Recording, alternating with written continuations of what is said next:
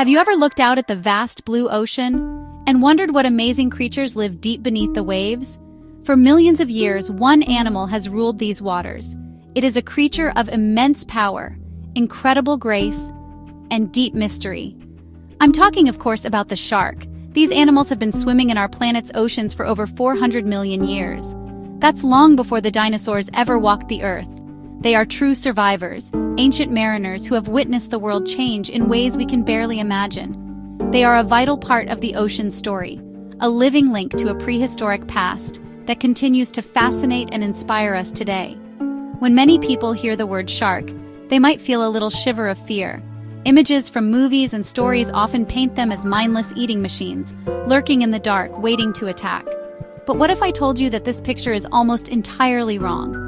The reality of sharks is so much more complex, so much more interesting, and far less frightening than the myths suggest. There are over 500 different species of sharks, and they come in all shapes and sizes, from the gigantic gentle whale shark that filters tiny plankton from the water, to the tiny dwarf lantern shark that can fit in the palm of your hand. The world of sharks is incredibly diverse and full of surprises. For me, sharks represent the wild, untamed beauty of our oceans. They are a symbol of a healthy marine ecosystem. When you see sharks thriving, it's a sign that the ocean environment they live in is also healthy and balanced. Understanding them isn't just about satisfying our curiosity, it's about understanding the health of our entire planet. So, let's dive in and explore what sharks are really like. This journey is one of discovery. To understand a shark, you have to look at its incredible design. A shark's body is a masterpiece of evolution, shaped over millions of years to be one of the ocean's most effective predators. Let's start with their skin.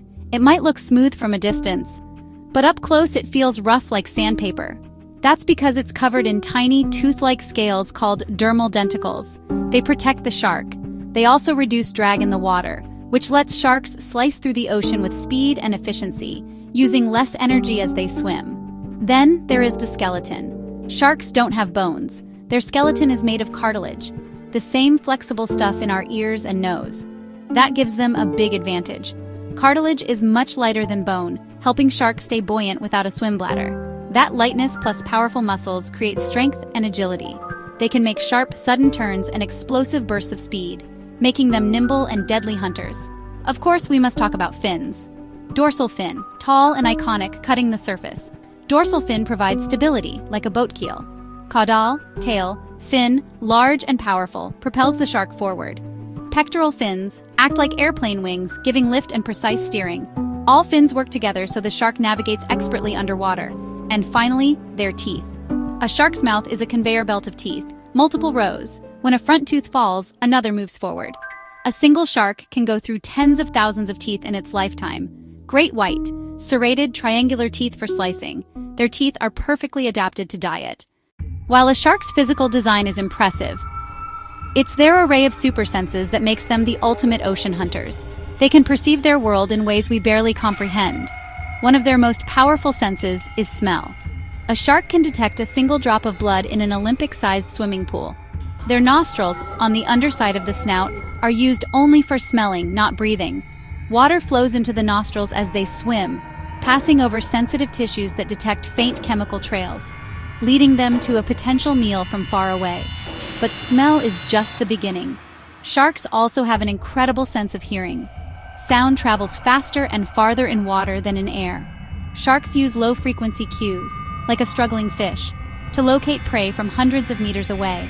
Their ears are internal, two small openings on the head, yet excellent at pinpointing direction. Perhaps the most extraordinary is their sixth sense.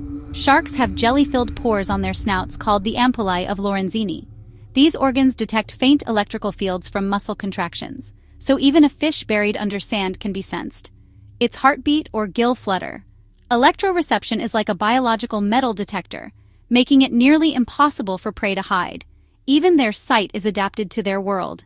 Many species have a reflective layer behind the retina that reflects light back through the retina, so sharks see twice in low light, making their eyes appear to glow. For a long time, scientists believed that sharks were solitary, lone hunters, that only came together by chance or to mate. However, as we spend more time observing them in their natural habitats, we are discovering that this is far from the truth. Many shark species have surprisingly complex and fascinating social lives. They are capable of forming social bonds, establishing hierarchies, and communicating with one another. We have seen schools of scalloped hammerhead sharks numbering in the hundreds, gathering in specific locations year after year. This isn't random. It's organized social behavior that we are only just beginning to understand. Communication between sharks is subtle and often relies on body language. They use posture and movement to signal their intentions to other sharks. For example, a shark might arch its back, lower its pectoral fins, and swim in an exaggerated, jerky manner. This is often interpreted as an agonistic display, a warning to another shark to back off or keep its distance. By using these signals, sharks can often resolve conflicts over territory or food without resorting to physical violence. Friendships and social preferences have also been observed. Studies on Port Jackson sharks in Australia have shown that individual sharks have friends they prefer to hang out with.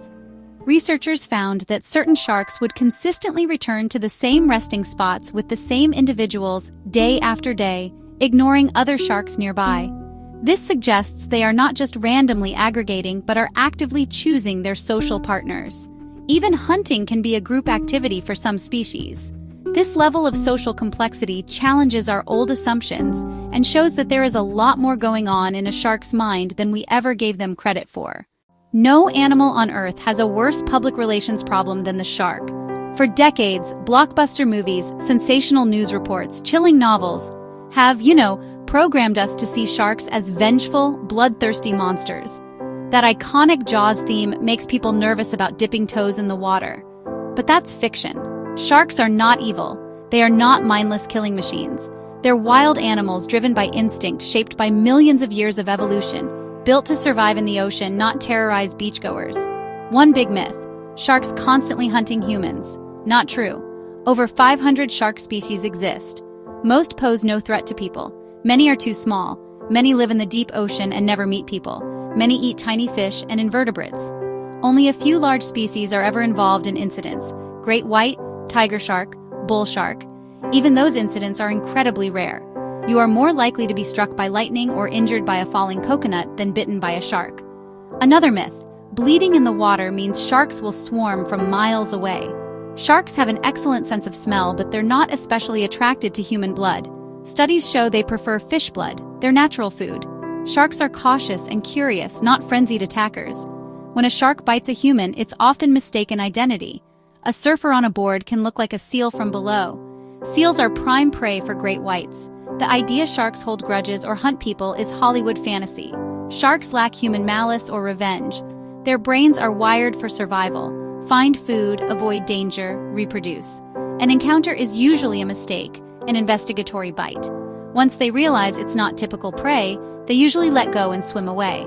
Crucially, the intent was not to hunt and eat a human. Let's put the risk of a shark encounter into perspective. Every year, millions upon millions of people use the world's oceans. They swim, surf, dive, and every year the number of unprovoked shark bites is incredibly small, typically fewer than 100 worldwide. Fatal incidents are usually in the single digits. More people die each year from domestic dogs, bees, vending machines tipping over. Sharks are simply not the threat we've been led to believe. The ocean is their home. We're visitors. When a bite happens, understand the shark's perspective. Most incidents happen in murky water, near shore, where visibility is poor. A shark might be hunting for fish or seals. It may see a flash or silhouette it mistakes for prey. A surfer paddling on a board, a swimmer with dangling hands and feet. Both can create a profile that looks like a seal or a large fish. The shark may take a quick test bite to investigate. It's a tragic mistaken identity, not malicious intent. Simple awareness reduces risk. Avoid swimming at dawn or dusk. Don't swim alone. Avoid areas where people are fishing. Stay away from seal colonies. Don't wear shiny jewelry. Common sense precautions for sharing the ocean. Remember, the ocean is wild, not a pool. It's a complex ecosystem with a food chain. Sharks sit near the top. Respect their space and understand their behavior to keep us both safe. For all their power and resilience, sharks today are facing a threat more dangerous than any they have ever encountered in their 400 million year history: us. Humans are having a devastating impact on shark populations around the globe. It is a sad and terrible irony that the ocean's most feared predator is now one of its most vulnerable creatures. The number one threat to sharks is overfishing. It is estimated that humans kill as many as 100 million sharks every single year. This number is simply unsustainable and is pushing many species towards the brink of extinction. A huge driver of this slaughter is the demand for shark fins. The brutal practice of shark finning involves catching a shark, slicing off its fins while it is often still alive, and then throwing the helpless animal back into the ocean to sink and die. The fins are used to make shark fin soup. This incredibly wasteful and cruel practice kills millions of sharks for a tiny fraction of their body weight. It is a trade that has decimated shark populations worldwide, all for a bowl of soup that is largely flavorless and provides no real nutritional value. Sharks also fall victim to bycatch. This is when they are accidentally caught in fishing gear intended for other species, like tuna or swordfish. They get entangled in massive nets called gill nets or caught on long lines that can stretch for miles and have thousands of baited hooks. Most sharks need to keep swimming to breathe, so when they are trapped in this gear, they often suffocate. Beyond direct fishing pressures, sharks are also threatened by the degradation of their habitats. Coastal development destroys important mangrove forests and seagrass beds that serve as nursery grounds for many shark species. Pollution from plastic, chemicals, and oil spills contaminate the water. Climate change is also warming the oceans and making them more acidic, which affects the entire marine food web. The dangers they face are coming from all directions. The situation for sharks is serious, but there is still hope. Around the world, people are beginning to understand the importance of these magnificent animals and are taking action to protect them. Governments are creating large marine protected areas where fishing is banned, providing safe havens for sharks and other sea life. Many countries have also banned the practice of shark finning and are cracking down on the illegal trade of shark products. Public awareness is growing. And as more people fall in love with sharks, the political will to protect them grows stronger too. This shift in perception is perhaps the most powerful tool we have. You don't have to be a marine biologist or a politician to make a difference. The choices we make in our everyday lives can have a big impact. One of the most important things you can do is to be a conscious consumer. Avoid purchasing any products that contain shark fin soup, shark leather goods, or supplements made from shark cartilage. When you buy seafood, choose species that are sustainably caught using methods that minimize bycatch. Education is also key. We can help bust the myths and change the narrative around sharks from one of fear to one of fascination and respect. Talk to your friends and family about what you've learned. Share amazing facts and beautiful pictures of sharks on social media. Visiting a local aquarium to see sharks up close can be a powerful way to connect with these animals and inspire a lifelong passion for the ocean. Finally, we can support organizations that are on the front lines of shark research and conservation. Even a small donation or volunteering your time can contribute to these vital efforts. The future of sharks depends on us.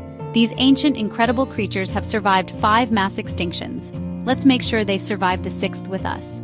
By working together, we can ensure that sharks continue to grace our oceans for millions of years to come.